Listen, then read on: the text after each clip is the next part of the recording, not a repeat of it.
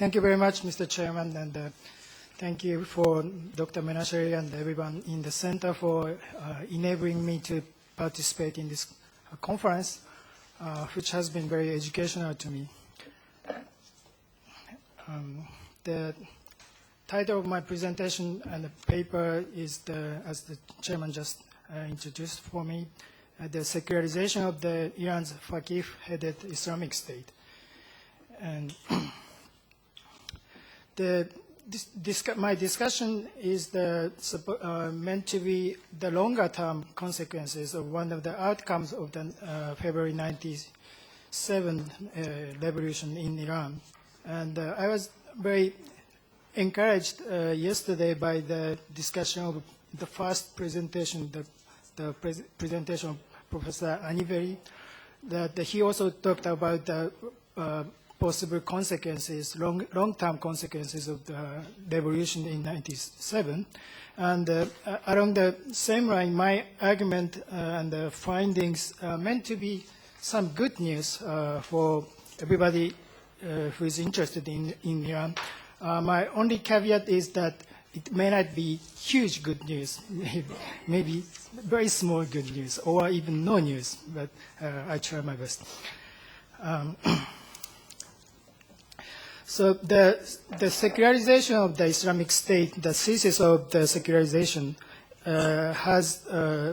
is not my original thesis. I took it around it from the Said Hajjarian, who is one of the prominent, most known Iranian so-called reformists during the Khatami era. And Professor Kazemi yesterday quoted the phrase that reform is dead, reform died, long live reforms. That was actually a quote from Said Hajjarian, the same person. And he was a graduate student at Tehran University at the time of the revolution, and he worked for the Prime Minister Musavi's government as a counterintelligence official, and then he went on to work for the Ministry of Intelligence after 1984. But after Khomeini died, those leftist, so-called leftist reformists were out of the government, and this is when he was out of government in 1995. He published an article entitled "The Process of Secularization of the Shia Jurisprudence" in a journal called Kian, which is famous for publishing for the articles of Abdul Karim Soroush. And in summary, his argument is the following. Having a religious government in the modern times, or letting a religious government rule a modern society, will have a secularizing impact both on the traditional institution of religion and on the religious government itself. And in particular, in concrete terms, in the case of Iran, the Islamic State, with its official doctrine of the absolute mandate of jurisprudence, Velayat Mutlaqah Faqih, serves as the most important accelerator in the two-part process of secularization. First one is the profanation. This is moving the elements from the category of profane to, from the category of the sacred to the profane. In the second one, the institutional separation. This is the findings of the Western sociology of religion, the sociology of secularization. So he took this argument from the Western literature, and he's applying this theory to the Iranian context. And before going to his argument, let me review the idea of the Islamic State in the Iranian context. The Khomeini, while he was in Najaf, originally called for the establishment of Islamic State, Hukumat Islami, in his famous intensive lecture in Najaf. And the purpose was supposedly to implement the divine law. He said, Ejra kardane ganun elahi. And at this point, from this level, it's nothing very Shiite. And Sunni and Shia Islamist movements call for implementation of Sharia. So it's the same as the many other Islamist arguments. But he added two other things.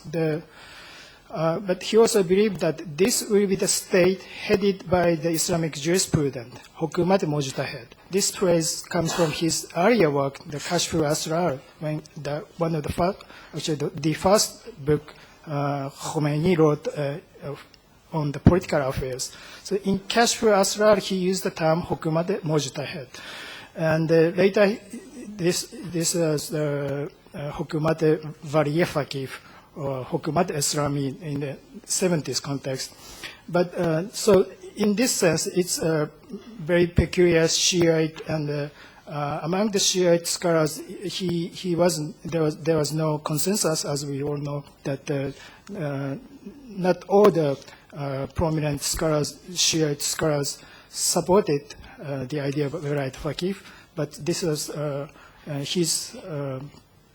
Khomeini supported this idea. He wasn't the only one, but he was the one of the maybe the few prominent scholars who argued for this.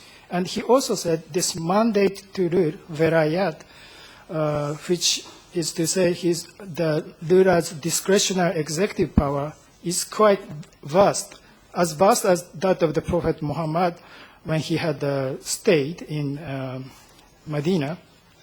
So that was his argument. And this was also mentioned by Professor Kazemi yesterday. Khomeini's famous 1988 decree stated that Islamic State, the Hukumat Islami, and the absolute mandate of the ruling jurisprudent are both part of the primary ordinances of Islam and take precedence over other divine ordinances. This is the actual phrasing he used and the very technical expression of what he wanted to say. But in concrete terms, he also explained what he meant by examples. And yesterday, Professor Kazemi said, cited the example that the Islamic State could remove mosques if it finds it's in the interest of the regime.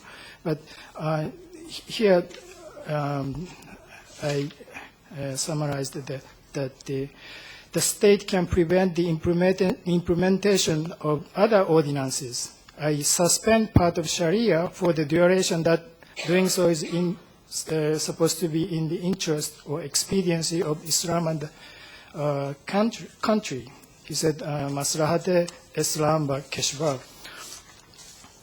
So this means that in very crude terms that even though the Islamic State headed by the Mujtahid cannot change the content of the Sharia, you cannot abolish the ordinances of Sharia, but in practical terms, they can suspend the implementation part of the Sharia. They cannot eternally abolish it, but they can possibly eternally suspend implementing part of Sharia and implement something technically in contradictory to Sharia within the framework of Islamic State. So Hajjarian's interpretation, usually in the Western literature, this decree was interpreted as that, as Professor Kazemi suggested yesterday, that religion was made to serve the state. So very state-centric adoption of the Islamic tradition is the common interpretation in the Western scholarly literature. But Hajjarian's finding is the following. He argues that this was the evidence that Khomeini himself believed that the traditional instruments of Shiite jurisprudence was not enough to govern a modern society. So even though in the 70s he called for the establishment of the Islamic State, and at that time he emphasized that the primary objective was to implement the divine law without modification.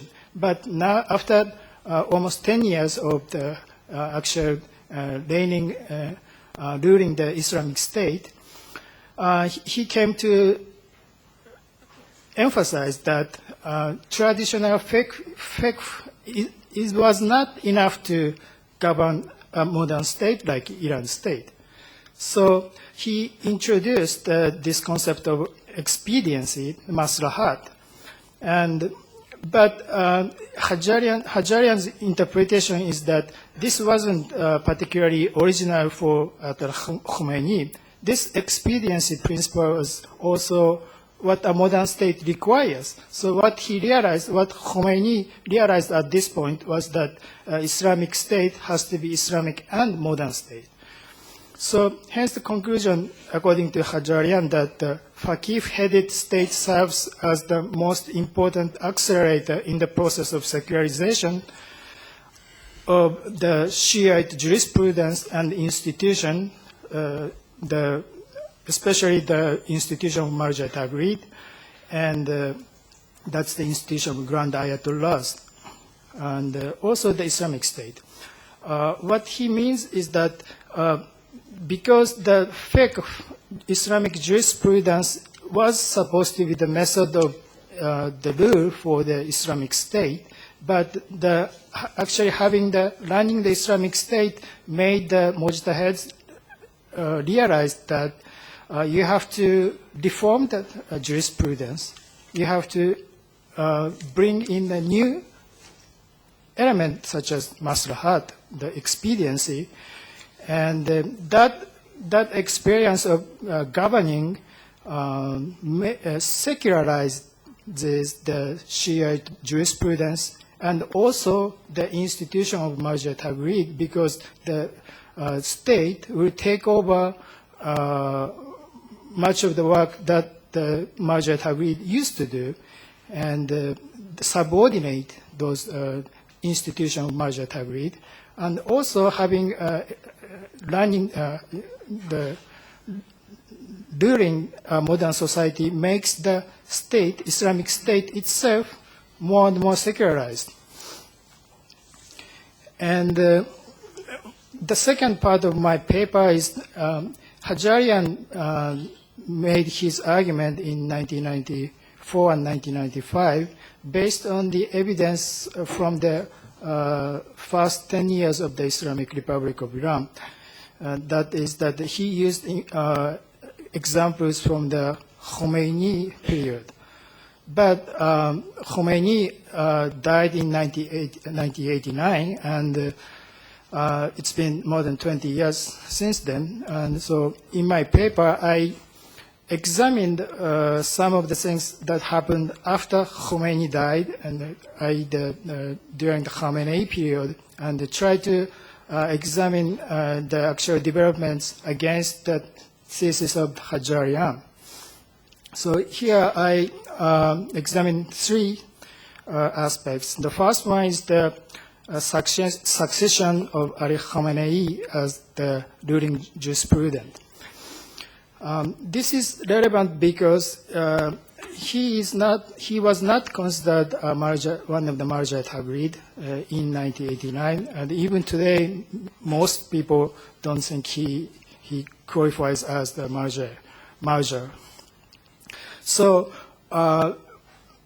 Khamenei's succession to the position of ruling jurisprudent created a problem even among the pro-regime clerics inside the state. And I drew an example from the exchange between Khamenei and Muhammad Yazdi in the discussion in the course of the deliberation by the Constitutional Review Panel. In 1989, the Iran amended constitution. So before that, Khomeini, before he died, appointed 20 members of the Constitution Review Panel, and the Majlis elected 5 additional members, and the 25 members discussed how to amend the constitution, and they did amend it. And after the amendment, the leader of the Islamic Republic of Iran did not have to be a Marja Tagrid, so that someone like Khamenei could become the ruler. And in the discussion, when they were talking about this change, Ayatollah Yazdi, at that time he was a member of Guardian Council, and after that he became the head of judiciary, and today he's again the member of Guardian Council. But he said this institutional separation, i.e. the head of the IRI state, the ruling jurisprudent, is a mujtahid, but not necessarily a marja tagrid. Then they have the marja tagrid in Qom. And so for many of the citizens of the Iran who are religious, they will have individual marja tagrid to follow, and then there's this Wali Faqih as the head of the state. So this institutional separation could create a problem, and the situation like Khomeini, who is a marja tagrid and the head of the state, would be ideal. And he expressed his doubt during the discussion, and Khamenei, right after Yazdi's remarks, said the following. Khamenei's argument, it's not a problem, and his argument was the following. Even, and I quote, even if we do not recognize our leader as a marja, the doubt of separation of religion from politics will not appear. We need to explain this to the people. We derive legislation from religion. We derive our way of governing the society from religion.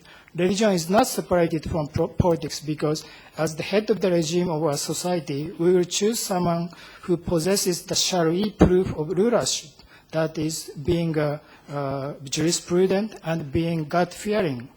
And everything results from the ruling jurisprudent. According to the current constitution, the confirmation of the popular vote with respect to the president arises from him. The declaration that law does not have a contradiction with the divine ordinance arises from him. And the judgeship at its top arises from him. Consequently, absolutely no doubt about the separation of religion from politics will ever emerge. With these discussions, I think my finding is that both of them, both Yazdi's concern and Khamenei's assertion, confirms the Hajarian's argument that in the sense that Khamenei's ascension to the supreme leader was, in practice, separation of politics and religion. The marja tagrid will be in Qom, and the supreme leader will be in Tehran, and he's not marja. At the same time, what Khamenei was arguing was that marja tagrid does not matter anymore. It's the Wali Faqih who makes a difference. Even if the marja do not agree with him, it doesn't matter because everything comes from him. All the conformity between what IRI does and the Sharia comes from him. If he says it's Shari, it's Shari. That means, in crude terms, destroying the tradition of the marja tagrid, destroying the traditional jurisprudence, authenticity of the marja tagrid and the fact in Qom. And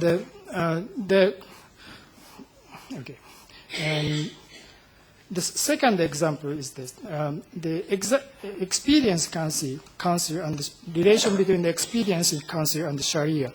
The point of 1988 decree of Khomeini was that by introducing the element of maslahat, expediency, the state can cope with the new things, new development that the modern state has to deal with. The idea was that Islamic State can deal with any other secular modern state have to deal with this introduction of the element of expediency. That is that Islamic State doesn't have to be bound by Sharia. And so Khomeini's idea was by saying that it will be okay, but people around him persuaded him to set up an institutional mechanism. And from that, this council called Expediency Council was established. But Khomeini died in the following year. And so at that time, everybody believed that, everybody's idea was that this expediency council was supposed to do this work that Khomeini explained in his 1988 degree. That is that the expediency council can make rulings that may be technically in contravention with Sharia, but they can overcome by suspending the Sharia clause. But in 1993, the Expediency Council asked the Guardian Council about one technical question, because Guardian Council is supposed to be the official interpreter of the Constitution. They asked that whether or not the Expediency Council can make a ruling that contradicting the constitutional clause. And the Guardian Council's reply, this is all published in the official documents by the Guardian Council, but the Guardian Council's reply was, yes, the Expediency Council can override the Constitution. That is that they can make a ruling, unconstitutional ruling as an official judgment. But the Guardian Council said they cannot contravene standards of Sharia. And this was a surprising move for the Expediency Council members, especially the Rafsanjani, because the idea of the Expediency Council was to override Sharia. But the Guardian Council in 1993 said, you cannot do it. So Expediency Council asked again, what do you mean? And the reply was that, I quote, what we mean by not contravening the standards of Sharia is not that it must be compatible with the primary ordinance of Sharia. Rather, as part the first part of Article 112 of the Constitution, the Expediency Council is allowed only to determine an obligation in terms of the ordinances of secondary category. That is, I don't have enough time to explain it, but this reply meant that the role of Expediency Council was pushed back before the 1988 degree. That is that Expediency Council cannot override the Sharia. But what it did not say is that, that the leader could possibly override Sharia, but Expediency Council didn't. But however, I found one example, at least, in what that happened in 2003. This relates to the blood money. In Farsi, diya, in Arabic it's diya, the blood money of the religious minorities. In the Sharia, when somebody murders and that person will be either executed or somebody will pay the blood money for the victim. And the blood money for Muslim and the non-Muslim traditionally were not the same. And in Iran, they had two penal codes, and the second one was adopted in 1991, but the 1991 Islamic Penal Code did not have any clause specifying the amount of diya of the religious minorities like Jews in Iran. So there was confusion among the actual court cases because the judges was referring to basing on their judgment based on different fatwas of Marja Tagrid. So judiciary head Hashemi Shafrudi prepared the amendment making the diya of the Muslim and diya of religious minority the same. That is a relatively progressive view in terms of the Islamic tradition. It wasn't the most progressive, but relatively progressive one. Then Guardian Council rejected, saying that it is against the Sharia. After that, Expediency Council adopted the original bill, citing the bill of the Khamenei as Bariya Fakir. The actual clause adopted was the following.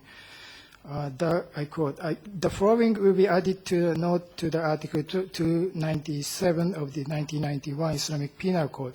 Based on the state judgment of the ruling jurisprudence, بر اساس نظر حکومتی برای امر, the blood money of the religious minorities recognized in the constitution will be equal to the amount of the blood money of Muslims. And so this is one of the few examples that the Islamic State actually went beyond the accepted clauses of Sharia and tried to make based on this expediency principle. And the third example is that the dual structure, also this was discussed by Professor Kazemi yesterday, but in a different context. The idea, Hajjarian's idea is that the Islamic State will secularize itself because it has to rule a modern state. But in Iran today, actually, there are dual structure. The government deals with the day-to-day governance, and there's a supreme leader, and the president is the head of the cabinet, which has the part of the government. So if the supreme leader is a little bit distant, has some distance from the day-to-day governing, this logic of the governance makes the state more secularized, may not work. But, okay, I wrap up. But my finding is that because supreme leader is in charge, actually, I don't think there's any doubt in anybody's mind that that he's in charge. Ultimately, he's the one who is in charge. And Khamenei has intervened in the day-to-day governing process in the legislative and executive and sometimes judiciary processes. So logically, he's in charge, and Hajjarian's logic of secularization, in my judgment, holds true. And for the conclusion, I have three conclusions from the paper. In the short term, I agree with Hajjarian in the sense that utilizing this jurisprudential scheme that is already in place, this is not Hajjarian's conclusion, this is my conclusion. Utilizing the jurisprudential scheme that is already in place may be more productive in effecting small incremental changes than the calling for politically and procedurally difficult constitutional revisions. What I mean is that I'm not disagreeing that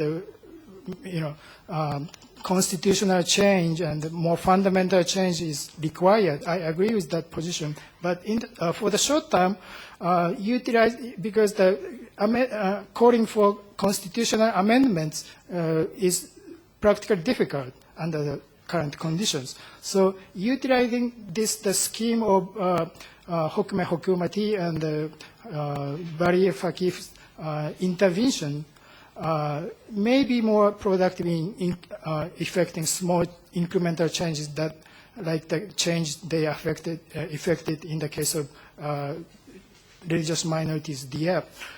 For the midterm, the secularization of the Islamic State, in the senses discussed, is expected to continue by its logic as long as the state remains in place. Even though it's called Islamic State and it's headed by the Mujtahid, but if I'm right and if Hajjarian is right, the logic remains. So as long as the state remains, state has no choice but to secularize itself to stay there. But for the longer term, my finding is that should and when the Islamic State collapses, the institution of Shia Islam would be hugely different from what we had in 1979, because by having this experience of having an Islamic State will have huge impact of the institution and knowledge of jurisprudence. And in practical terms, the Marja Tagrid in Iran will be irrelevant when the Islamic State would, if it collapses because by that time the state, Islamic State, has caused so much damage to the institution Marja Tagrid, it will be irrelevant. Thank you very much.